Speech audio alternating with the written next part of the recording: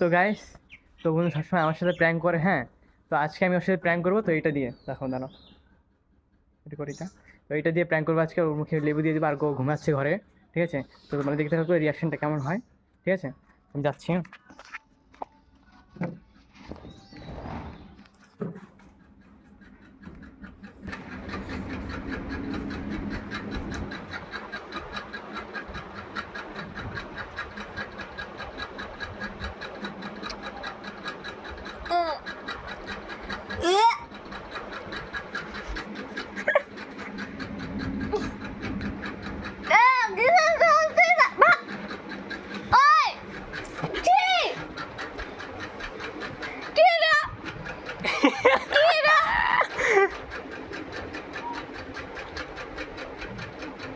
যাবি তুই জায়গা থেকে।